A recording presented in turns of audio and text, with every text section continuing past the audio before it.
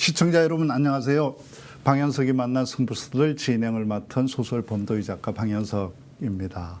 올해는 우리나라에 다시 지방자치 제도가 시작된 지 35년째를 맞이하는 해입니다. 1991년 광역시의원, 기초시의원을 선출하기 시작해서 1995년부터 본격적으로 기초단체장, 광역단체장을 시민들이 직접 선출하는 지방자치제도가 궤도에 올랐습니다. 이렇게 지방자치제도가 궤도에 오르게 된 것은 거저 얻어진 것은 아니었습니다. 1987년 직선제 개헌 이후에 김대중 대통령은 대통령 직선제만으로는 부족하다.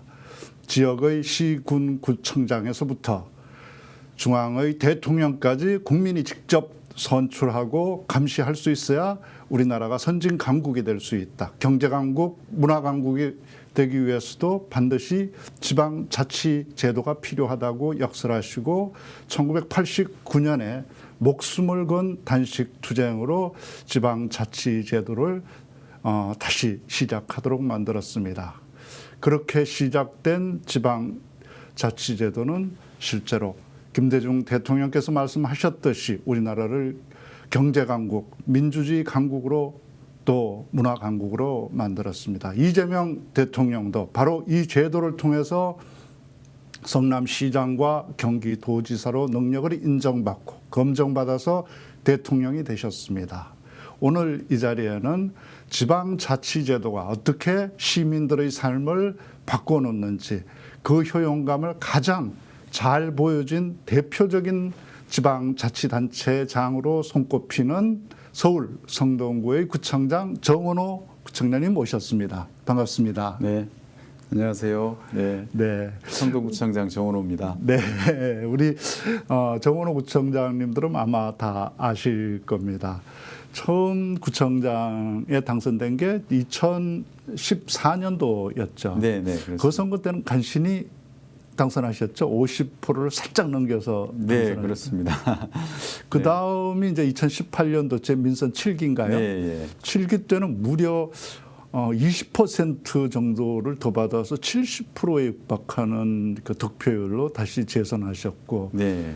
또 이번 2022년에는 더구나 그 줄투표 바람이라고 하는 것에 휩쓸려서 민주당 후보들이 줄낙선을 할 때 또 57% 넘는 득표를 해서 상대 후보를 15% 차이나 되게 누르고 당선하셨어요. 더구나 그때 오세훈 서울시장이 성동구에서 얻은 게 60% 득표를 했는데 구청장 선거에서는 역으로 정원호 구청장님이 무려 15% 넘는 차이를 내면서 상대를 꺾고 3선에 성공하셨어요.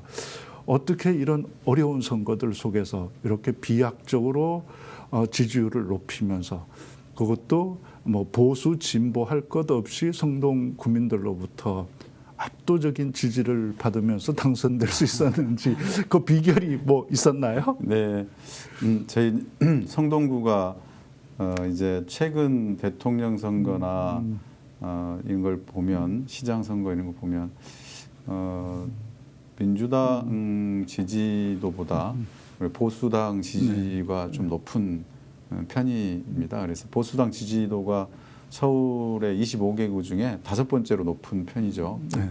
반대로 얘기하면 민주당 지지도가 20번째 정도 되는 겁니다. 그래서 그런데 이제 제가 지난번 선거에는 이제 15% 차. 그래서 오세훈 시장이 60% 득표인데 제가 57. 그래서 네. 무려 20%의 성동 구민이 교차 투표를 했다. 네. 그래서 이제 그걸로 좀 화제가 됐었는데요. 아마 이제 주민들께서 그렇게 판단하신 거는 아마 이제 효능감이라고 표현할 수 있을 것 같습니다. 이 정원호라는 구청장을 사용해 보니까 일을 잘한다. 그리고 이제 쓸모가 좀 있다. 계속 부려먹어야 되겠다. 예. 그런 판단이셨다고 생각합니다. 그래서 이제 시장은 오세훈 시장을 뽑더라도 구청장은 이제 정원호 구청장을 뽑아야겠다. 이러면서 이제 그러면 밑에 이제 시의원, 구의원들도 묘하게 그렇게 됩니다. 시장 오세훈 시장을 투표를 했으니까 시의원은 또 오세훈 그 국힘을 더 많이 찍어주셨고요. 근데 구의원은 또 구청 민주당을 더 많이 찍어주셨습니다. 그러니까 이제 그렇게 교차 투표를 해가지고 현명하게 이렇게 그 당시 판단으로는 그렇게 해주신 것 같다 이렇게 생각했습니다. 네. 뭐 시는 어쩔 수 없이 오세훈 시장한테 맡기더라도 구는 정원호 구청장에게, 또 정원호 구청장이 일할 수 있게 구의원들은 또 정원호 네. 구청장을 지지해 줄 수 있는 민주당으로 이렇게 예. 성동 구민들이 투표를 해 주셨군요. 네, 네. 이렇게 이제 삼선 이제 구청장이 되기 전에 이제 지방자치 일을 시작한 게 20대 때죠. 아마 양천구에서 네, 구청장 보좌관으로 예, 예. 처음 일을 시작하셨죠. 그게 예. 아마 첫 그러니까 광역 기초단체장 선거가 실시됐던 1995년이었죠. 네, 일기 선거였습니다. 네. 네, 네. 그때 처음 이제 기초자치 단체를 맡아서 또 일을 시작했으니까 사람들이 다 이제 해보지 않은 일들이었잖아요. 예. 그 일을 하면서 어떤 걸 이제 아마 큰 자산이 됐을 텐데 어떤 네. 부분들을 가장 많이 배우셨는지요? 제가 그 전에는 이제 뭐 이제 소위 말하면 학생 운동을 좀 이제 앞장서서 좀 한 편이었고요. 그래서 이제 재야 단체 활동도 했었고 그러다가 이제 그 군에 이제 입대를 해서 좀 늦게 갔습니다. 그때 김영삼 대통령 당선되고 나서 이제 군대 문제로 좀 불편을 겪은 뭐 수배 때문에 못 간 사람들도 갈 수 있게 그때 해줘서 그때 이제 군대를 아주 늦게 이제 갔었는데요.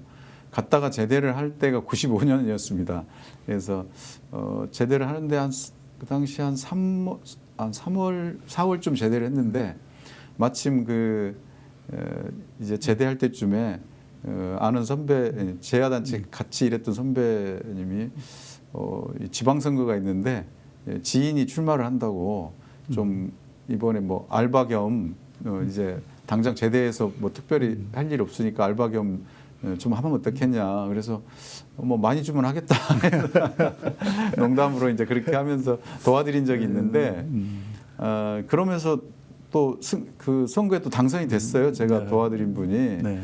당선되고 났더니 같이 일을 하자고 그래서 제 생각은 그때는 이제 시민단체나 그런 재야단체나 이걸 해야 된다고 생각을 했었는데 또 강권하고 그래서 시험 삼아 이제 한번 그래도 몇 달이라도 좀 해보자라고 해서 이제 뭐 정해진 길이 없어서 그때 잠깐 이제 한 게 정말 우연으로 그 지방 정부에 이제 일을 해보게 됐는데요. 일을 하면서 제가 정말 감동이랄까요? 아니면 뭔가 뭐 제 마음으로는 이게 뭐 저 구원받은 느낌, 뭐 유레카, 뭐 새로운 걸 발견한 막 그런 느낌이었거든요. 그 전에는 제가 사회에 좀 도움이 되는 길은 사회 악, 뭐 이제 뭐 적이라고도 표현하고 악이라고도 표현하는 그런 것을 좀 물리쳐야 또 뭐 용어로 하면 타도해야 이제 좋은 세상이 온다 이런 이제 뭐 그런 젊은 시절의 생각이었는데 이 행정을 해보니까 정말 어렵고 힘든 사람들을 도와줄 수 있는 길은 너무 많더라고요. 그래서 민원을 갖고 찾아오신 할머니 또 어려움을 호소하는 분들 이런 분들 계속 접하고 대화하고 하다 보니 행정이 풀 수 있는 일이 굉장히 많더라고요. 그래서 어려운 것들 하나씩 해결해 드리고 또 성의껏 대화해보고 이러면서 이제 그분들이 느끼는 만족감을 보니 제가 여기도 또 살아가는 길이 있겠다. 보람 있는 또 삶이 될 수도 있겠다. 그런 거랬습니다. 그 당시 이제 제도적으로 크게 좀 저게 된 게 주차 위반을 했을 때 보통은 바로바로 이제 스티커가 발부되잖아요. 근데 이게 너무 불편하니까 이제 잠깐 급해서 세워놓고 잠깐 갔다 왔는데 그 사이에 끊었다. 이런 민원이 굉장히 많았어요. 그날 하루 열받죠. 예. 그래서 그러면 이걸 어떻게 해결할까? 그래서 당시 구청장 제가 이제 모시고 있던 구청장님 상의해서 그때 주차 단속 5분 예고제라는 걸 실시를 했거든요. 아, 그때 처음 했어요? 예. 아, 주차 단속 5분 5분 예고제가 정원호 보좌관의 제표가 아니고요. 그 당시 구청장 발의. 구청장님의 제안. 그 아이디어였고 또 했는데 결정도 하셨고 그래서 그거를 이제 시행을 했습니다. 그랬더니 너무들 만족하고 좋아하시는 거예요. 이제 그래서 제가 행정이 이렇게 많은 사람들한테 영향을 미치고 만족감을 줄 수 있구나. 그리고 정말 힘든 분들을 도와줄 수 있는 길이 또 있구나. 그래서 제가 이제 거기서 큰 느낌을 갖고 이제 행정에 좀 심취하게 됐죠. 예. 아마 그 알바로 시작했다가 네. 뭐 보좌관이 된 건 우연이 아니겠죠. 그만큼 일을 잘했으니까 네. 아마 이제 발탁을 했을 테고 또 그 기회를 통해서 본래 시민 운동을 계속하려고 했는데 이게 시민 운동하는 것보다 훨씬 효율적으로 시민 운동을 할 수 있겠구나. 지방자치 네. 제도를 잘하는 게 최고의 시민 운동이구나. 이렇게 생각하고 이제 구청 일을 배웠고 이제는 내가 직접 한번 해봐야겠다. 그렇게 해서 이제 성동구청장에 나서신 것 같은데 그때 성동구청장에 나설 때도 조금 특별했어요. 보면 다른 사람들은 보통 출마할 때 그 자서전을 내죠. 내가 이렇게 살아온 사람이고 나 이런 사람이야. 이런 자서전을 내고 정치를 시작하는 게 일반적인데 우리 정원호 구청장님은 출마하실 때 자서전이 아니라 정원호의 성동구 발전을 위한 미래를 위한 100가지 약속이라고 하는 이 책을 내면서 자신이 어떤 사람인가가 아니라 성동구를 위해서 무엇을 할 것인지를 제안하는 책을 내고 시작하셨어요. 무려 100가지나 약속했는데 그동안 삼선하면서 몇 가지나 실현하셨습니까? 네. 그 제가 이제 국회 보좌관 활동을 또 오래 해서 이제 보좌관 협의회 회장을 또 했습니다. 그리고 나면 이제 후배들을 위해서 또 이제 또 다른 일을 또 해주는 것이 좋을 것 같아서 이제 그러면 내 정치를 시작해야 되는데 뭘 할까 하다가 저는 그때 제가 이제 지방 정부도 있어보고 국회도 있어봤는데 저는 생각할 때 지방 정부에도 매력이 있더라고요. 그래서 이제 구청장에 도전하게 됐는데 구청장에 도전하면서 생각한 건 내가 뭐 때문에 무엇을 위해서 구청장을 하려고 하는가 이게 분명해야 된다라고 생각을 했습니다. 그래서 성동구를 위해서 내가 구청장을 하면 뭘 할 것인지를 먼저 고민을 했고 그걸 위해서 그 전에도 이제 성동구에서 쭉 이제 살아왔기 때문에 성동구의 현안에 대해서는 파악하고 있었지만 구체적으로 구청장이 되면 뭘 할 것지 이런 관점으로는 안 봤었거든요. 그래서 1년간을 제가 성동구를 전역을 다니면서 사람들을 만나고 또 의견도 듣고 그리고 현장도 누비고 하면서 성동구가 발전하기 위해서 꼭 필요한 일을 100가지를 좀 정리를 해봤습니다. 그래서 그 100가지 약속이라는 성동을 바꾸는 100가지 약속이라는 것을 공약집으로 책을 냈는데요. 삼선하면서 그래서 제가 최근에 좀 이걸 쭉 같이 직원들과 함께 조사를 다 해봤더니 95개를 했더라고요. 그래서 5개는 아직 진행 중입니다. 5개 남겨두셨군요.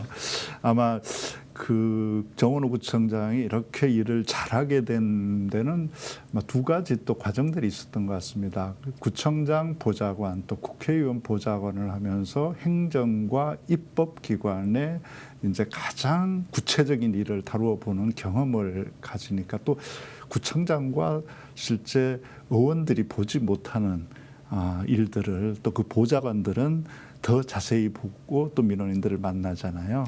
아마 그 경험들이 오늘의 성공한 정원호 구청장을 만드는 데 또 큰 힘이 되지 않았을까 싶기도 합니다.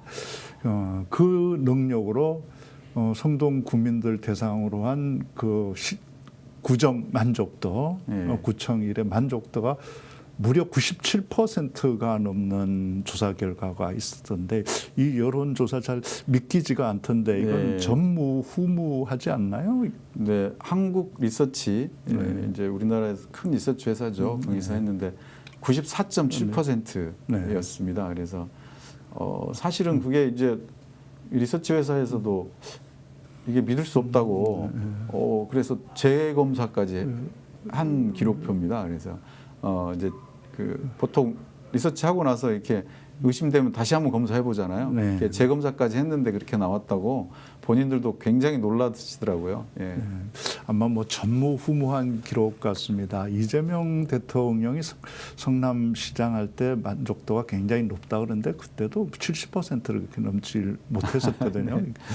그래서 아마 이재명 대통령께서도 자신의 그 SNS에다가 지금 성동구청장, 정원호 구청장이 성남시장 할 때 나보다 더 잘하는 것 같다. 이렇게 아마 또 전례 없는 칭찬도 하셨어요. 네. 아마 이 대통령은 자신과 비슷한 길을 걷고 있는 정원호 구청장을 특별히 눈여겨봤던 것 같습니다. 그래서 SNS도 그런 글을 올렸고 또 정원호 구청장은 이재명 대통령이 가장 어려울 때 또 의리와 또 지원을 아끼지 않기도 하셨죠. 체포동의안이 상정되었을 때 그것을 반대하고 부결시켜야 한다는 투쟁에 직접 앞장서시기도 하고 탄원서를 제일 서울구청장 중에서 먼저 써서 또 이재명 대통령을 돕기 위해서 발벗고 나섰던 적도 있고 또 이재명 대통령이 대선에서 낙선한 다음에 굉장히 어려운 선거를 치러야 했던 어려운 상황에서 이재명 대통령이 보궐선거를 통해서 국회에 들어갈 때 또 서울에서 당당하게 또 일 잘하면 승리할 수 있다는 사실을 성동구에서 보여줌으로써 이재명 대통령이 다시 함께 앞으로 나아가는 데 큰 힘이 되어 주었습니다. 아마 이재명 대통령께서 성남시장 재선하실 때 아마 첫 구청장이 돼서 함께 일했죠. 예, 두 분 뭐 인연을 좀 한번 소개해 주시죠. 예. 그 인연은 이제 제가 처음 그 성동구청장 초선했을 때 이제 이재명 대통령께서 성남시장 재선하실 때여서 이제 여러 단체장 모임의 회장도 맡고 계시고요. 네. 이재명 대통령 그래서 저희들이 함께 했고 또 KDLC라고 이제 민주 지도자 협의회가 있는데요. 민주당의 이제 기초단체장 지방 의원들이 모인 그 조직에 또 같이 활동을 했었습니다. 그래서 이제 뵐 기회가 많았는데 지금도 기억나는 건 제가 어떤 일을 좀 아이디어를 내서 좀 어떤 일이 잘 되면 그걸 어떻게 알고 꼭 칭찬을 해주시더라고요. 네. 아이고 그거 참 잘했다고. 네. 그래서 그런 이제 기억도 나고 또 그때 성남시장 하시면서 박근혜 정부가 지방 정부에 대해서 이제 여러 가지 조치를 한 것에 맞서서 이재명 그 당시 성남시장님이 또 단식하고 단식 투쟁도 하고 그러셨거든요.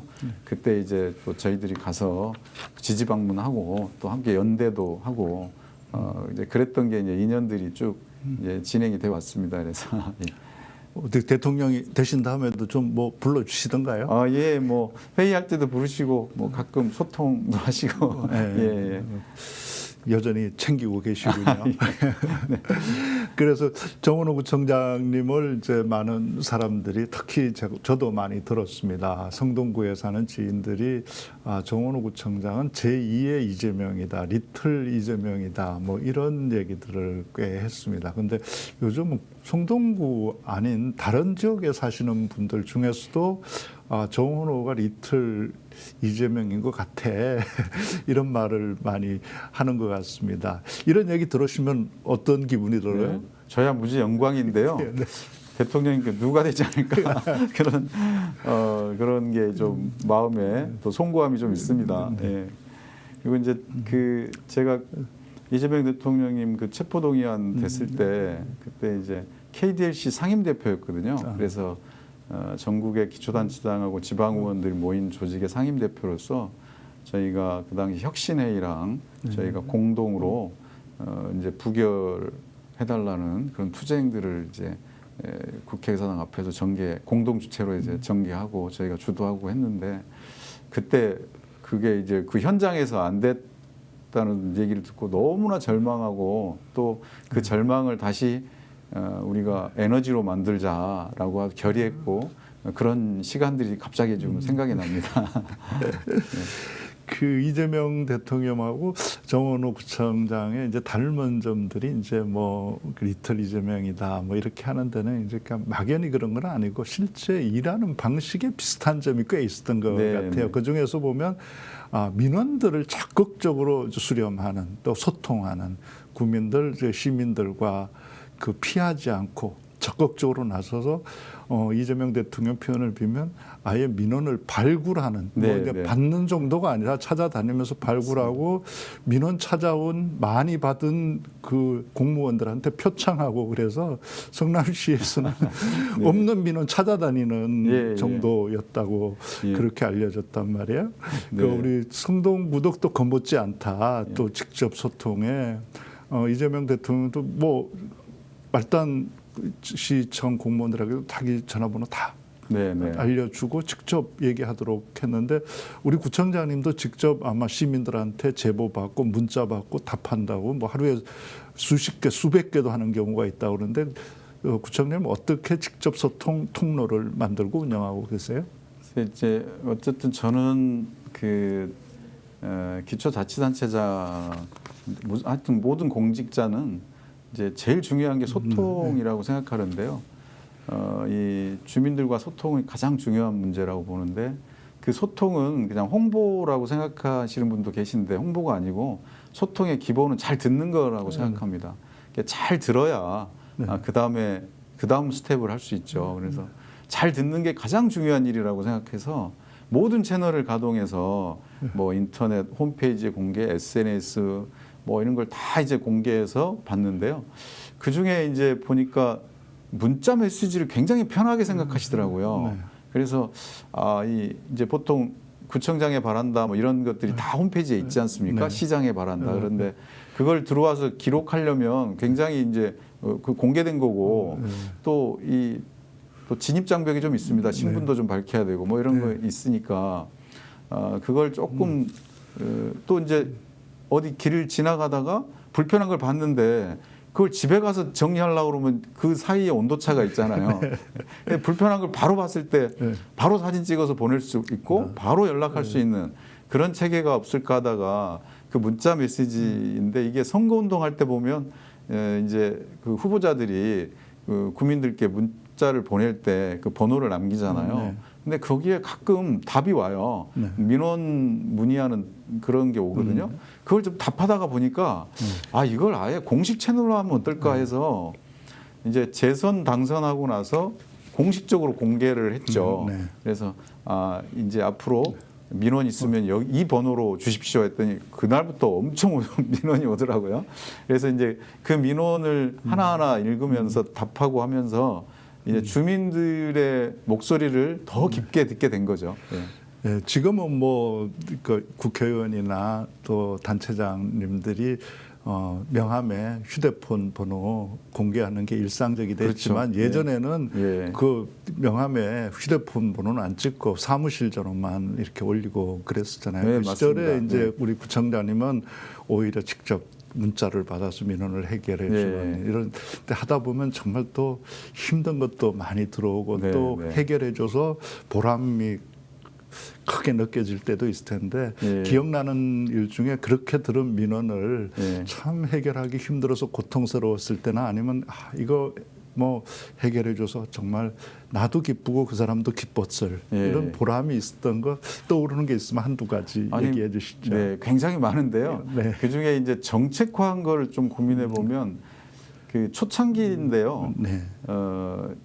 어떤 분이 그 문자 메시지를 보냈는데 사진을 하나 찍어서 보냈더라고요. 그래서 근데 봤더니 도로에 작은 구멍이 있는 거예요. 이렇게 도로에. 근데 이게 좀 싱크홀이 의심스럽다라는 메시지와 함께 네. 그래서 보니까 혹시 싱크홀일 수도 있겠다 싶어서 네. 제가 바로 이 직원들 바로 보냈죠. 가서 네. 한번 확인해 봐라. 그랬더니 거기를 그 밑에를 이렇게 파보니까 자동차 바퀴가 빠질 정도의 그러니까 아주 싱크홀까지 발전은 안 했는데 이렇게 이제 이런 게 있었죠. 그래서 만약에 거기에 좀 더 진행이 됐다면 자동차 진행하다 바퀴가 빠질 수도 있고 사고의 위험이 있을 수도 있었죠. 이제 그걸 보고 제가 이게 너무 감사하기도 하고 그래서 제가 직접 찾아가서 그분한테 감사하다고 말씀드리고 이제 앞으로도 계속 좀 보내달라 말씀드리면서 그럼과 동시에 이 싱크홀 문제가 정말 위험하다. 네. 보이지 않는 곳에서 곳곳에 있을 수 있겠다 싶어서 싱크홀 예방 정책들을 이제 그분의 이 제안으로 해서 이제 만들어지게 된 거죠. 그래서 네. 저희가 첨단 기술을 활용해 가지고 그때 IoT가 그때 유행했으니까 IoT를 활용해서 지하 시설물들에 대한 변화되는 측정. 네. 특히 이제 싱크홀은 하수도에서 많이 상하수도에서 많이 생기니까 그게 파손되면서 이제 흙이 쓸려 나가면 생기거든요. 그래서 그거를 관리하는 거. 그러다가 최근 한 3년 전부터는 지표 투과 레이더 방식이라고 해서 GPR이라고 하는데요. 기계가 지나가면서 지하에 레이더를 쏴서 지하에 이렇게 공동이 있는지 확인을 해가지고 공동이 있으면 있다고 생각되면 거기에 천공해서 그 내시경을 집어넣어가지고 실제로 공동이 있으면 그 내시경 집어넣어서 확인하고 거기를 이제 메꿉니다. 콘크리트나 시멘트 이걸로 메꿔서 이제 미리미리 막는 건데 이걸 저희가 이제 3년 전부터 계속 해와서 약 500km 정도 되는 성동구 전역을 이제 전부 그 기계를 동원해서 차도는 차량 기계, 인도는 사람이 직접 끌고 다니는 그 GPR로 그렇게 해서 저희가 이제 굉장히 많은 한 100여 개의 이 공동을 찾아서 메꿔내서 이게 맨 처음에 할 때는 한 60개 됐는데요. 그 다음에는 한 30개 정도 되고 지금은 작년에 한 15개밖에 안 되더라고요. 그러니까 계속 발견하니까 없어지는 거죠. 그래서 지금 이제 그걸 또 해서 막았고 그래서 저희는 몇 년 동안 싱크홀이 제로고요. 그리고 이걸 또 궁금해 하시더라고요. 국민들께서. 그래서 우리가 조사했던 걸 전부 지도로 만들어 가지고 여기는 안전하다. 예, 그래서 전부 공개를 했습니다. 홈페이지에. 그래서 이제 궁금하면 자기 그 사시는 댁 주위에 조사가 됐는지 확인할 수 있고 어디에서 발견돼서 이걸 다 메꿨는지까지 확인이 다 됩니다. 그러니까 더 안전하게 인식이 될 수 있죠. 그래서 지금 그렇게 해서 발전해서 이렇게 정책까지 만들어진 게 이제 그 싱크홀 예방 정책입니다. 네. 그 소통이라고 하는 게 이제 또 경청만 한다고 되는 건 아니에요. 이렇게 하나를 얘기해 주면 10개를 들어주는 이런 믿음이 있으니까 또 이제 적극적으로 시민들은 더 많은 제안을 하게 되고 또 좋은 제안들이 또 도시를 바꾸게 되는 네. 뭐 10명의 공무원 파견해도 안 될 걸 시민들이 알아서 싹 조사에다가 네, 주는 그걸 이제 행정으로 만드는 능력을 보여주셨고 그걸 통해서 이른바 정원호표 행정, 뭐 스마트 쉼터라든지 이런 것들이 여러 개 만들어졌잖아요. 전국 최초로 정원호 구청장이 실시해서 시민들의 큰 반향들을 불러일으키고 시민들의 호응을 받으면서 다른 시군구에서 가져가서 지금은 뭐 어디에서나 볼 수 있는 사업들이 굉장히 많죠. 그게 이제 출발이 정원호표였다는 걸 아는 사람은 드물 텐데 정원호표 행정이다. 이렇게 내세울 수 있는 대표적인 거 몇 가지만 소개를 한번 해 주시죠. 네, 이제 전국으로 확대된 사업 중에 대표적인 건 스마트 횡단보도입니다. 이제 횡단보도에 이제 바닥 신호등 있고 그다음에 정지선을 지키는지 안 지키는지 하는 감시 카메라 있어서 정지선을 오버하면 차량 번호판이 뜨게 만들고 이제 그리고 이제 멀리서도 횡단보도가 잘 보이게 조명을 좀 밝게 해서 보이고 그래서 그 첨단 기능들을 거기다 다 넣어서 횡단보도가 안전하게 횡단보도는 보행자도 위험하게 느끼고요. 차량 운전자도 위험하게 느끼는 게 횡단보도거든요. 그래서 횡단보도가 사고도 많이 나고요. 그래서 저희가 그거를 이제 스마트 횡단보도라고 해서 만들었는데 이게 만들어지고 나서 이게 이 국토부에서 이게 너무 좋다라고 해서 전국으로 확산시킨 사업인데요. 이제 이게 또 OECD에서도 이제 이게 우수 사례로 인정한. 그래서 근데 이걸 저희가 하고 나서 이제 이게 전국으로 퍼져 있습니다. 전국 지금 어디를 가나 찾을 수 있는데 그게 효과를 보니까 이 횡단보도 교통사고 저희 성동구가 3년치를 계산해 봤더니 교통사고의 70%, 50%, 60%를 줄였네요. 60%를 줄였는데 특히 중상은 80% 가까이 줄였더라고요. 이게 엄청난 그 효과가 있고 이 안전하다고 느끼게 되는 횡단보도를 안전하다고 느끼는 심리적인 요건들은 뭐 거의 80% 정도가 안전하게 바뀌었다고 느끼는 그렇게 이제 바뀐 거죠. 그러다 보니까 이제 전국으로 확대된 사업이 있고요. 버스 정류장 스마트 쉼터. 이게 버스 정류장이 사실은 대중교통 이용하는 것 중에 가장 힘든 곳이 버스 정류장입니다. 지하철은 그래도 따뜻하고 시원하고 그렇잖아요. 뭐 그런데 이 버스 정류장은 여름에 덥고 겨울에 춥고 봄에 미세먼지 날리고 미세먼지가 가장 많은 곳이 버스 정류장입니다. 그래서 이거를 저희가 그러면 어떻게 하면 그 버스 정류장을 쾌적하게 만들어서 버스 타는 시민들이 구민들이 좀 더 편안하게 탈 수 있을까? 그 연구하다가 버스 정류장 스마트 쉼터를 만들었는데요. 스마트 쉼터에는 이제 공기청정은 기본이고 냉난방이 되고 무료 와이파이 뭐 이렇게 또 무료 충전 이런 게 다 가능하고 또 BIT 정보라고 해서 버스가 오는 것들을 안에서 다 볼 수 있게 이렇게 이제 시스템을 만들어서 이제 설치를 했더니 주민들이 너무 좋아하시고 그래서 이게 이제 또 전국으로 또 이것도 국토부에서 똑같이 이제 확대한 사업이 됐고 또 OECD에서 이것도 이제 우수 사례로 이제 인정한 사업이었고요. 또 이 스마트 쉼터는 디자인도 이뻐서 이 각종 국제상을 많이 받았는데요. 그런 걸로 또 유명합니다. 이제 애플 그린 애플 상도 받고 또 A 디자인 어워드라고 이태리에서 하는 거기에 그랑프리를 수상하기도 했습니다. 그렇게 이제 근데 이것도 저희가 이제 검증이 필요하잖아요. 이게 이제 과연 대중교통 이용량을 늘렸나. 그래서 조사를 했더니 스마트 쉼터가 있는 곳과 없는 곳에 버스 승객 증가도를 봤더니 없는 것보다 있는 곳이 4%가 늘었더라고요. 이걸 이제 환산해 보니까 이 스마트 쉼터 한 곳당 소나무 38그루를 심은 효과. 그래서 성동구 전역에 소나무를 2,000그루 심은 효과가 나타났습니다.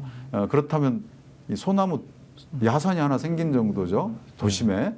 그 정도 효과를 보게 된 게 이제 스마트 쉼터가 있습니다. 성동구에 야산 하나를 만드셨군요. 네. 정말 그 정원호표 행정이라고 하는 게 여러분들도 아마 여러분들이 지금 이용하고 있는 스마트 정류장, 스마트 횡단보도가 이게 정원호 구청장의 발상 아이디어로 만들어졌구나. 그 과감한 실험을 통해서 우리 일상을 이렇게 바꿔놓았구나. 지방자치제도가 이렇게 우리의 일상 삶을 바꾸는구나. 한번 오늘은 길 건너가실 때, 버스 기다리실 때 한번 확인해 보시면 좋겠습니다. 이렇게 저는 우리나라에서만 유명한 줄 알았더니 이걸 OECD에서까지 이 효율을 효능성을 가져갔군요. 대단하십니다. 자랑 하나 더. 네, 하세요. 유엔에서도 공공행정 대상을 받았습니다. 예, 그거는 이제 효사랑 주치의라고 이제 내년부터 시행되는 통합돌봄의 어떤 모델 같은 건데요. 65세 어르신들을 이제 의료진이 재택 집으로 직접 찾아가서 이제 진료하고 또 병원과 연계해서 의료비 할인해주고 이런 제도들을 저희가 실행했는데 이걸 OECD에서 이제 OECD의 행정의 노벨상이라고 하는 유엔 공공행정대상, 유엔 공공행정대상을 저희 성동구가 기초지자체 최초로 저희가 받았습니다. 네. 바로 이런 게 지방자치 제도가 아닌가. 힘이 아닌가 싶습니다. 왜 김대중 대통령이 그 노구를 이끌고 목숨을 걸고 단식을 해서 이 제도를 만들었는지 다시 한번 우리가 확인하게 되는 계기 같습니다. 그 하나의 아이디어로 교통사고를 60% 줄이고 특히 대형 사고, 중상 그 인명 사고들을 80%나 줄여 나갈 수 있고 또 그 스마트 쉼터를 통해서 대중교통을 이용하게 함으로써 우리 기후 문제, 우리 지구가 직면하고 있는 기후 문제들을 해결할 수 있게 또 기여를 해온 것 같습니다. 우리 청장님 이 한 제도 중에서 또 만장일치 예, 이걸 또 추진했다고 하는데 이게 만장일치가 정말 어려운 제도잖아요. 네, 네, 네. 어려운 일인데 이걸 어떤 식으로 시도를 해왔는지요? 네, 이제 뭐 제도한 건 아니고요. 제 마음속으로 네. 제가 정책을 하는 건 만장일치를 늘 지향해야겠다. 왜냐하면 다수결이 민주주의의 원칙처럼 뭐 보통 말씀을 하지만 실은 민주주의의 원칙은 그 만장일치거든요. 합의를 해야 되는데 그것이 안 됐을 때 최후의 수단으로 다수결로 결정하는 거죠. 예전은 왕이 정했지만 이제는 주민이 정하는 거니까 주민이 정하는 핵심은 합의해서 정하는 건데 그게 합의가 안 되면 다수결을 하자 이렇게 된 거죠. 그런데 보통 우리는 그냥 너무 쉽게 다수결로 하려고 하는 거죠. 근데 같은 동네에서 얼굴 뻔히 보고 사는 주민들끼리 의견이 다른데 다수결로 결정하면 서로 얼마나 불편하겠습니까? 그래서 어떤 일을 정할 때마다 저는 다 웬만하면 다 합의하게끔 계속 시간을 갖고 설득을 하고 반대하시는 분들도 왜 반대하는지 이유를 충분히 들어보고 그러면 반대하는 이유가 분명히 있거든요. 그러면 그것에 합당한 이유가 있으면 그 해결책을 제시를 해서 반대를 줄여나가서 결국 이제 줄이고 해서 거의 만장일치 수준이 돼서 진행을 하는 것이 굉장히 중요하다 이렇게 생각을 해서 이제 뭐 경동초등학교 옆에 통학로가 없었는데 통학로를 만드는 일도 있고 또 금남시장 이제 금호역 앞에 금남시장이라고 하는 데가 있고 거기 장터길이 있는데 이걸 좀 확장하는 인도가 없어서 확장하는 일 뭐 이런 것들이 있는데 반대하는 분들이 늘 계시잖아요. 그러면 이제 이거를 이제 어떻게 하면 줄일까? 그래서 계속 설득하고 또 만나서 대화하고 듣고 대안 제시하고 이러면서 이제 하면 이제 그 경동초등학교 통학로 같은 경우는 한 3년 걸렸습니다. 그래서 그 반대를 줄이기 위해서 그래서 나중에 반대하시는 분들이 이제 제로가 되는 상황까지 가서 모든 분들이 환영 속에 이제 확대를 하게 됐는데 그래서 모든 분들이 좋아합니다. 그 길을. 근데 이제 제가 만약에 반대했던 사람인데 그 길을 강제로 했다. 그러면 물론 반대하고 못하게 공사 못하게 막을 거고 그러면서 시간도 갈 거고 그렇지만 어쨌든 진행은 될 텐데 나중에 보면 그 길을 보면 화가 날 거 아니에요. 이게 스트레스 받고. 그렇죠. 예, 그러니까 이거는 반대한 사람하고 찬성한 사람끼리 나중에 완전히 또 동네에서 서로 얼굴 보면 불 켜지게 되고 이런 거는 사실은 지방 정부에서는 맞지 않다. 그래서 저는 그런 원칙을 갖고 계속 해왔는데요. 실은 이거는 한편으로 보면 이제 다수결로 가다 보면 대부분이 소수가 되기 쉬운 일이 어떤 정책이 하나 있어서 이 정책의 70%는 찬성을 하는데 30%가 반대를 하는데 70% 찬성이니까 압도적이잖아요. 그냥 밀어붙이고 30% 설득하지 않고 밀어붙였을 때 30%는 이제 반대자가 되는 거죠. 제가 하는 정책에 앞으로 다른 뭘 하더라도 반대를 하실 거예요. 이제 이미 저에 대한 불신이 있으니까. 근데 이 70%는 그럼 저에 대한 지지인데 한 번 더 다른 정책을 똑같이 했을 때 이 70%가 또 7대 3으로 나뉘어서 70% 찬성하고 30% 반대하는데 또 70%가 압도적이니까 밀고 가요. 그럼 또 70%, 30%는 완전 반대가 되고 70% 남는데 이게 딱 두 번만 하면 49대 51로 바뀝니다. 비율이. 이렇게 돼서 이제 행정의 신뢰를 잃어버리고 일을 추진하는 동력을 상실하게 되는 거죠. 그래서 저는 이렇게 이 다수결로 너무 믿고 밀어붙이다 보면 어느새 소수가 돼가지고 행정 동력을 상실한다 이런 경험을 보고 있기 때문에 계속 그래서 반대하는 사람도 최소한 이해는 하게끔 아 나는 끝까지 반대지만 내가 당신이 하는 건 이해하겠다. 그렇지만 나는 마음에 안 들어. 라는 정도까지는 만들어 놔야 다음 정책을 할 때 관심을 가질 수 있거든요. 그래서 이제 그런 마음으로 저는 하고 있습니다. 이게 지방자치에서 특히 이제 생활 정치가 어떻게 전개돼야 되는지를 굉장히 핵심을 좀 오늘 네. 보여주신 것 아유, 같아요. 감사합니다. 바로 그 힘으로 어떻게 보면 그 어려운 선거에서 무려 15% 차이로 상대 네. 후보를 이기고 상대당 시장 후보가 60% 획득하는 선거에서 그의 버금가는 또 54%가 넘는 네. 득표율로 당선을 할 수 있었던 거 아닌가 뭐 이런 생각을 57%였죠. 예, 예. 로 당선한 거 아닌가 싶습니다. 이 대목에서 저는 이제 그런 생각을 하게 돼요. 그러니까 지방자치 생활 정치는 특히 주민들의 삶, 네, 네. 생활을 행복하게 만드는 것, 그 행정 하나하나가 주민들의 삶, 개개인 한 명 한 명의 삶에 어떤 영향을 미치는가에 굉장히 관심을 기울이고 시행해야 그 지방자치의 뜻을 실현하는 것 아닌가. 이재명 대통령이 지방행정에서 성공했던 것도 저는 그런 점이라고 봅니다. 겉으로 보면 뭐 이재명 대통령의 정책을 다 뭐 실용주의, 실용정책이라고 그러지만 그 결과를 보면 굉장히 인간 중심주의거든요.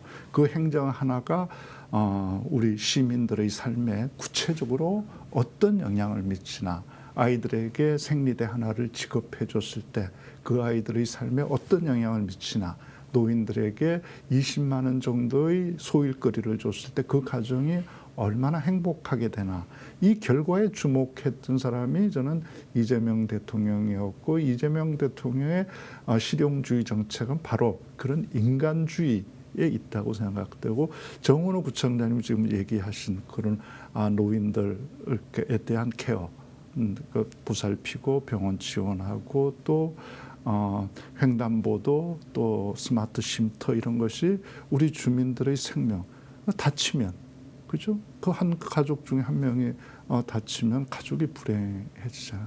그런 것들을 개선해 나가고 또 횡단보도 하나 만들 때도 그 주민들이 공동체가 깨지지 않고 더 좋고 한 일인데 네. 그거 하다가 서로 등 돌리고 원수되지 않게 네. 더 그 도로를 보면 모두가 행복해질 수 있는 정책을 펼쳐 나갔고, 그런 신뢰가 지금의 이제 정원호 구청장을 우리 지방자치 제도의 효능성을 가장 잘 보여주는 단체장이라고 이렇게 칭송받게 만든 요인들 같습니다. 특히 우리 성동구는 옛날에 그렇게 잘 나가는 동네가 아니었거든요. 네. 제가 그 동네에서 중학교를 다녔어요. 그러셨어요? 그래서 네. 그쪽 여기 뚝섬에 있는 그 옛날에 극장도 다니고 그래서 그 뚝섬 일대가 예. 지금 맞습니다. 잘 나가는 그 동네가 다 그 맛집 꼬바라고 옛날에 그렇게 예. 불리는 작은 공장촌이었거든요. 네, 그래서 네. 서울의 그 이 마지막 남은 공장 구로와 함께 네. 이렇게 공장 단지였는데, 그게 지금 이렇게 뭐 서울에서뿐만이 아니라 국제적으로 그러니까 굉장히 잘 알려져서 이른바 핫플레이스로 네, 네. 이렇게 떠서 뭐 무려 그러니까 지난해 300만 명의 외국인이 다녀가고 올해는 상반기에만 300만 명이 네. 성동구를 방문했다고. 그래서 뭐 K-팝, K-뷰티, 뭐 K-패션 이런 거의 성지처럼 네. 이렇게 알려지게 되는데, 어떻게 이렇게 낡은 공장지대를 12년 동안 경영하면서 전혀 다른 도시로 바꿔 놓을 수 있었든지 그 비법이 있었나요? 다른 지방자치단체도 다 하고 싶어 했을 것 같은데. 네. 일단 성수동에 오늘이 성수동이기까지는 이제 민간의 힘이 굉장히 컸고요. 행정은 그 민간이 가고자 하는 방향에 네. 이제 물꼬를 터주는 역할, 그런 역할을 해서 사실 저는 민관 합작으로 만든 그런 곳이다 이렇게 지금 생각하고 있고, 그렇게 이제 제가 설명을 드리고 있습니다. 제가 2014년에 처음 이제 구청장이 되고 나서 성동구도 일자리를 많이 늘리는 것, 즉 기업을 유치해야 이제 지속 가능하게 발전할 수 있는데, 기업을 유치할 만한 곳이 성수동밖에 없더라고요. 그래서 이 성수동에 그럼 어떻게 기업을 유치할 것인가, 이게 이제 제 가장 큰 고민이었고, 이 고민 뭔 복지 정책이나 어떤 뭐 이 생활 관련한 정책들을 하고 싶어도 이 기반이 있어야 되지 않겠습니까? 그러면 일단 지역 경제가 살아나고 기업들이 많이 있어야 기반이 되는 거죠. 경제가 튼튼해야 나머지를 할 수 있는데 그럼 어떻게 경제를 튼튼히 할까? 기업을 유치해야 되는 건데 근데 기업 유치하는 방법이 뭐냐? 이것이 이제 고민이었습니다. 그래서 이제 성수동에 자주 가서 어떤 방법이 있을까 이렇게 계속 눈여겨 보는데 그때 마침 이제 대림 창고, 뭐 자그마치 이런 카페가 딱 두 군데가 오픈해 있었습니다. 그래서 제가 거기를 가서 유심히 봤는데 거기서 이제 커피도 하는데 문화 뭐 전시도 하고 이렇게 상당히 낡은 공간에서 그런 걸 하고 있었는데 굉장히 힙한 젊은이들이 거기에 와서 있다 가더란 말이죠. 그래서 야 이거 참 저로서는 좀 그 선뜻 와닿질 않았죠. 그러니까 이해하기가 어려웠죠. 그래서 유심히 봤는데 계속 그러더라고요. 그래서 제가 한번 가서 그걸 만든 분들하고 대화를 해봤죠. 이게 이제 왜 이런 게 젊은이들의 인기를 끌까요? 물어봤더니 이게 전 세계적으로 이런 트렌드가 있다. 그래서 이걸 도시 재생이라고 하는데 이제 옛날 낡은 건물이나 공장들을 철거하지 않고 그걸 활용해서 안을 이제 이 적응적 재사용이라고 하는 재사용을 해서 카페나 갤러리로 이렇게 하면 젊은이들이 굉장히 좋아한다. 레트로 문화가. 예, 그래서 제가 아 이게 성수동의 미래가 될 수 있겠구나.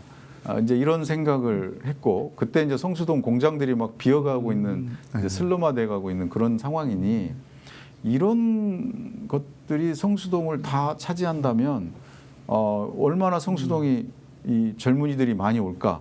이제 이런 이제 하나의 아이디어가 이제 거기서 있었고요. 그럴 때 이제 마침 그 이제 리처드 플로리다의 창조 도시 이걸 보면 예전에는 기업이 있는 곳에 사람이 몰렸는데 이제는 젊은이들이 몰린 곳에 기업이 따라간다. 그래서 기업을 오려고 하면 기업을 유치하려면 젊은이들이 모이는 곳으로 만들면 된다. 그럼 젊은이들이 모이는 곳은 젊은이들이 모이는 곳은 어떤 곳이 몰리느냐? 결국은 좀 특이한 장소. 그러니까 다른 데서는 경험할 수 없는 뭔가 다른 경험을 할 수 있는 장소를 만들면 된다는 거예요. 근데 그게 이제 성수동에 있는 제가 봤던 대림창고나 자그마치 같은 그런 카페가 될 수 있겠다라는 생각을 해서 이제 전문가들하고 의논하게 되고 또 그 당시 성수동을 방문했던 이제 이 젊은 소셜 벤처를 하려고 하는 젊은 이제 소셜 벤처 사업가들 이런 분들도 만나고 보니 상당히 그런 것이 좀 희망이 있을 수 있겠다 이런 생각이 들어서 제가 이제 이 도시 재생 사업에 이제 관심을 갖고 시작하게 됐고요. 전문가들 도움을 받아서 이제 도시 재생 사업을 시작하게 됐는데 도시 재생 시작할 때 이제 지금은 서울숲 옆에 아뜰레길이라고 이제 성수동을 핫하게 만든 시작점이죠. 거기가 원래는 재개발하기로 그러니까 다 허물고 아파트 짓기로 되어 있더라고요. 계획이 이제 특별 계획구역 3, 4, 5구역으로 되어 있었는데 제가 그거를 이제 주민들 만나서 설득해가면서 우리 직원들과 제가 만나서 일일이 설득해가면서 이거를 다 하고 재개발을 하게 되면 여러분들이 다시 여기 살 확률은 40%밖에 안 됩니다. 다 떠나야 되고 그랬을 때 이걸 도시 재생이라는 사업으로 했을 때 여러분들이 그대로 살면서 이 동네가 누리는 혜택들을 여러분들이 다 누릴 수 있게 됩니다. 도시 가치, 집 가치, 예. 삶의 가치는 더 높아지고 그래서 살면서 그걸 이제 설득을 하면서 그래서 이제 그 주민들의 동의를 받아서 이제 그걸 재개발 구역을 해제하고 도시 재생 시범 지역으로 거기를 선정해서 저희들이 이제 예산도 넣고 하면서 그 도시 재생 사업을 시작을 했는데요. 그 사업들이 이제 뭐랄까 마중물 같은 게 돼서 이 성수동 전역으로 퍼져나가서 현재 성수동의 이제 시작점이 된 겁니다. 그래서 이걸 이제 도시재생 한국의 도시재생의 이제 성공 사례라고 꼽는 전문가들이 많은 것처럼 이제 그런 이제 효과로 시작되게 된 거죠. 예. 그걸 이제 정비한다고 싹 밀어버렸으면 이제 오늘 같은 핫플레이스 성동은 없었을 것 같습니다. 민간의 능력, 민간의 창의성, 그 민간이 한 그 공간이 성공하는 것을 보면서 관이 그것을 따라 배우고 그것을 확장시켜서 도시 전체로 그 영향력을 키우는 이 역할을 우리 구청장님이 해내면서 성동구가 과거와 전혀 다른 성동구, 그러면서도 그 주민들이 떠나지 않고 자기가 살던 땅에서 살 수 있게 이렇게 만든 능력이 아마 오늘의 그 성동구청장 정원호의 능력이 아니었을까 싶습니다.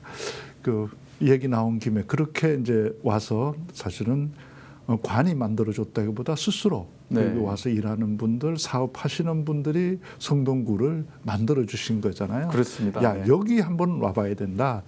우리 서울에 안 계시는, 성동구에 안 사시는 분들, 다른 구에 있는 분들, 다른 시도에 사는 분들, 또 외국에서 오시는 관광객들 중에서 성동구에 오면 여기 한번 가보시라. 그러면 다른 것을 느낄 수 있을 것이다. 특별한 걸 느낄 수 있다. 이런 거 몇 곳만 한번 이 기회에 한번 소개를 해주시죠. 이제 성수동에 이제 전역이 지금은 핫플레이스니까 성수동은 그렇게 보시면 좋을 것 같고요. 성동구에 이제 숨은 명소들이 좀 있습니다. 이제 그 왕십리에 이제 상업 지역이 있는데 거기가 이제 성동구의 사실상 중심이고요. 거기 보면 이제 먹는 거 얘기해서 좀 그런데 곱창 골목이 있는데요. 왕십리 곱창이 왕십리 곱창. 옛날에는 왕십리 떡볶이. 거기는 이제 신당동 떡볶이 바로 신당동. 옆 신당동이 성동구였는데 지금은 중구로 이제 편제가 됐는데 거기가 이제 그 왕십리 이제 곱창 골목이 유명하고요.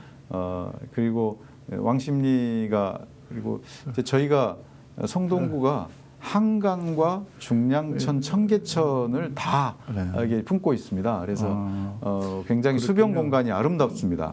그런 수변 공간 전체가 다 한번 돌아볼 수도 있고요. 또 이제 마장동 하면 또 우리 마장동 한우 또 이렇게 괜찮고요. 그리고 저희 또 금호옥수동은 이제 쾌적한 주거 지역, 또 왕십리 뉴타운까지 해서 쾌적한 주거 지역으로 행당동까지 이렇게 좀 걸쳐 있고요. 네, 그 성수동 외에도 이제 성동구의 왕십리의 곱창, 마장동의 한우, 맛있는 그 또 먹을거리가 있으니까 여러분들 기회 있으면 저는 다 먹어봤습니다. 정말 맛있습니다. 한번 우리 정원호 청장님이 빈말하시는 분은 아니니까 믿고 가보셔도 좋을 것 같습니다. 우리 청년들이 사실 이제 가장 걱정스럽고 또 다음 세대를 맡아가기에 힘겨워하고 있습니다. 이 청년들이 그런데 가장 좋아하는 공간이 성동구예요. 청년들이 가장 살고 싶어하는 도시가 성동구입니다. 그래서 성동구에서 이제 이런 청년들을 어떻게 그 케어하는 청년들을 위한 정책, 청년들이 좋아할 수밖에 없는 성동구다. 이렇게 성동구는 해왔기 때문에 청년들이 좋아할 거고 앞으로도 청년들이 좋아할 거다. 이런 게 있으면 어떤 게 있을까요? 네, 일단 그 30대 들이 가장 그 살고 싶은 동네가 성동구라는 이제 그런 통계가 있더라고요. 근데 20, 30대 청년들이 첫 번째 성동구에 살고 싶어하는 거는 이 이미지라고 생각합니다. 성동구의 이미지는 청년들이 살고 싶어하는 이미지다라는 건데 그 이미지를 만든 이제 여러 가지 요소들이 있을 텐데요. 이제는 성수동과 한양대 주변에 이렇게 대학가 있고 성수동이 있어서 왠지 이 젊은이들한테 우호적인 그런 문화들이 이제 있는 거고요. 젊은이들이 또 많고 이런 문화가 일단 기본적으로 있고 저희 또 성동구에서 대표적인 청년들 정책 중에 하나가 이제 소셜 벤처 지원 정책인데 이제 청년들이 창업을 할 때 이제 사회적인 이 도움도 되고 개인의 어떤 사업적인 욕구도 있는 이걸 이제 소셜 벤처라고 보통 부릅니다. 예, 그런 사업들이 가장 왕성하게 펼쳐지고 있는 것이 성동구니까 그런 청년들의 어떤 공간도 있고 저희가 청년 창업자를 위해서 청년 창업자 공간들을 만들어서 저희 구에서 만들어서 이제 좀 저렴한 가격에 청년들한테 제공하고 있어서 그런 것도 좀 영향이 있을 거고요. 또 이 청년 1인 가구들을 위한 다양한 사업들도 저희들이 지금 전개를 하고 있습니다. 그래서 그런 측면도 좀 청년들한테 있고 뭐 또 제가 청년들하고 소통을 좀 많이 하는 편입니다. 다양하게. 네, 저 이제 문화적인 공간들도 아주 특별한 것 같습니다. 예. 저 성동 아트홀도 제가 몇 예. 차례 공연을 네, 보러 네. 간 적이 있습니다. 보통 이제 단체에서 운영하는 기초단체, 광역단체에서 운영하는 이제 공간들, 문화회관, 뭐 아트센터 이런 게 조금 고루하고 네. 또 뭐 관변적인 느낌이 강한데 성동 아트홀은 굉장히 세련돼 있고 공연도 또 어떤 건 굉장히 실험적이기도 하고 또 어떤 거는 우리 시민들이 상업적으로는 성공할 수 없지만 꼭 봐야 될 공연 네, 이런 네. 것들도 거기뿐이 안에서 예, 거기 예. 보러 가게 되고 그러거든요. 예. 자, 그런 점도 아마 우리 청년들에게 좋은 반응을 불러일으키고 있지 않나 싶습니다. 아유, 저 그거 열심히 하면서도 잘 안 알아줘서 제가 그랬었는데 이렇게 알아주시는 분이 계셨군요. 성동 아트홀은 예. 그 단체, 그러니까 지방자치단체 중 운영하는 예. 예술회관 중에서 뭐 단연 독보적으로 잘 예. 그동안 해와서 뭐 성동구에 저는 위상을 높이는 데도 기여를 많이 네. 했다고 생각하는데 굉장히 문화는 다양성이 생명인데 네. 그런 다양한 문화를 그렇죠. 접할 수 있도록 해야 되고 또 문화예술인들도 다양하게 네. 이제 그 분야별로 계시잖아요. 네. 그런 분들한테 골고루 기회가 가야 된다고 네. 생각해서 다양한 장르를 계속 해주셔야 되는데 이제 보통은 인기 있는 것만 해서 그렇죠. 인기는 또 흐르니까 계속 그렇죠. 흘러가는 대로 쫓아가는 그건 또 시장에서 또 다수화하니까 시장에서 그래서 또 이제 못 해주는 것도 좀 그렇습니다. 해줘야 그래서 되죠. 저희는 그런 관점으로 네. 지속적으로 해왔는데 그렇게 알아봐 주셔서 고맙습니다. 네. 저도 뭐 예술가의 한 명입니다. 예. 그래서 그 점에 대해서는 저도 예. 고맙게 생각하고 주변의 예술가들도 이제 성동구를 굉장히 좋게 평가하는 데는 이제 성동 아트홀 같은 이제 운영 방식들도 네. 있는 것 같습니다. 지금까지 이제 그런 일 해오면서 여러 가지 힘든 것도 많고 보람도 있을 텐데 이제 내가 성동구에서 12년 동안 하면서 이 일은 참 보람이 있었어. 지금도 난 이건 참 생각할수록 자랑스러워. 뭐 이런 일 있으면 한두 가지 네. 소개해 주실까요? 일단 뭐 성수동을 네. 이렇게 낙후된 이제 이 중공업 지역에서 세계적 핫플레이스로 가게 된 게 굉장히 이제 보람이 있고요. 그거보다 더 보람이 있는 건 성동 구민들이 이 성동구에 대한 자부심을 네. 굉장히 느낀다. 그래서 저희 성동구의 브랜드, 뭐 뉴욕 같은 I love 뉴욕 같은 게 있잖아요. 네. 근데 저희 성동구는 브랜드가 성동에 살아요입니다. 그냥 성동에 살아요. 이게 이제 브랜드인데 이 구호를 너무 좋아하셔요. 네. 근데 그만큼 이제 성동에서 하는 것에 대한 자부심을 갖고 있고 실제로 여론조사 해보면 성동에서 하는 자부심이 90%가 넘어요. 만족도 성동에 이제 살고 있다는 자부심. 뭐 네. 성동에서 하는데 자부심을 느낀다가 90%를 넘어가니까 이제 그만큼 자부심이 생기는 지역. 가장 중요한 건 지역에 대한 자부심을 갖고 있어야 지역에 대한 사랑, 애착이 생기는 거고. 그 중에는 아마 정원호 구청장 보유 지역이라는 이런 자부심도 있는 것 같습니다.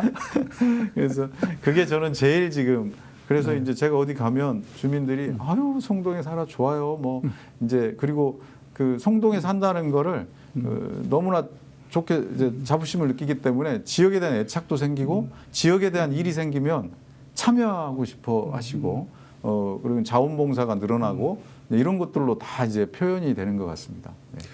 저는 이제 정원호 구청장님 보면서 어떤 생각을 하게 되냐면 정말 정치를 하고 행정을 하는 사람들은 어떤 일을 해야 되나. 제대로 일을 하면 지역이 바뀐다.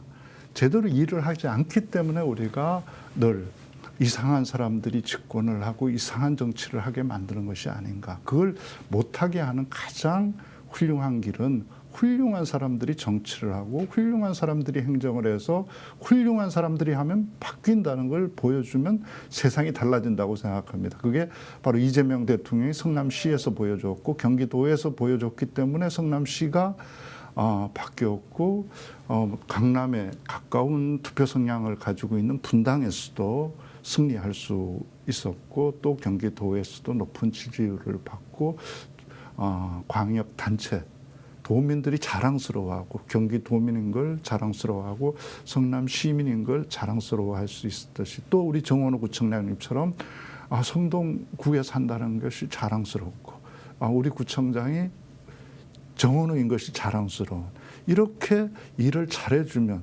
어디에서도 저는 부산에서든 울산에서도 우리 민주당이나 또 진보적 가치들을 실현하고자 하는 사람들이 승리하고 세상을 바꿀 거라고 그렇게 생각을 합니다. 지금 여론조사를 보니까 예. 뭐 서울시장 후보에 또 꽤 높은 지지율이 나왔던데 예. 이번에 이제 삼선하면 이제 내년이면 이제 더 이상 성동구를 위해서 일할 수는 없게 되잖아요. 네. 그럼 앞으로는 뭐 어떤 일을 하실 생각이신지요? 뭐 구청장으로는 못하지 이제 뭐 네. 성동 구민으로서는 여러 가지 네. 할 수 네. 있겠습니다. 그리고 이제 뭐 과거에 이제 뭐 구청장 더 못하니 네. 이제 뭐 서울시장 추천도 하고 국회의원도 한번 해봐라 뭐 이런 말씀들을 하실 때 덕담으로 그냥 이해했는데요. 요즘은 꽤 좀 분위기가 좀 쎄져서 이제 좀 고민을 해보고 있습니다. 그래서 이제 어쨌든 요청이 있은 거니까 이제 그 요청을 들어줄 그 요청대로 할지 안 할지는 두 번째 문제고 요청이 있었으니 고민은 해야겠다. 그래서 제가 이제 고민은 해보고 있습니다. 네.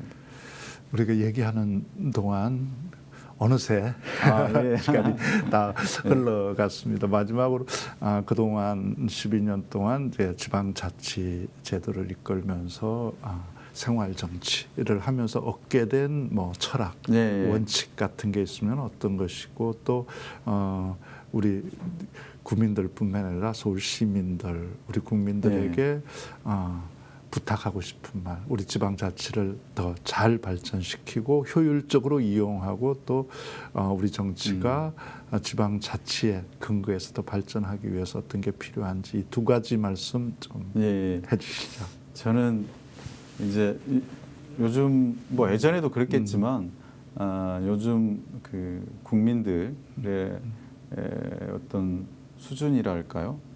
굉장히 높지 않습니까? 이제 언제나 늘 국민들은 높았지만 지금은 더 이제 인터넷이라든지 지식이 공유됨으로써 굉장히 높은 그런 수준의 특히 대한민국 국민들은 더 그렇고요.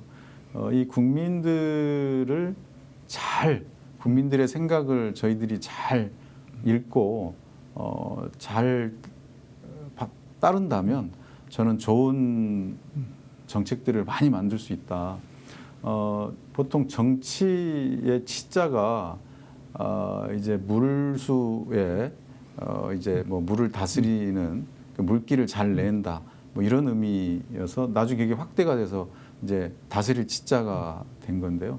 물기를 잘 관리하는 것이 정치 기본인데 물을 보통은 이제 국민이라고 생각을 하지 않습니까?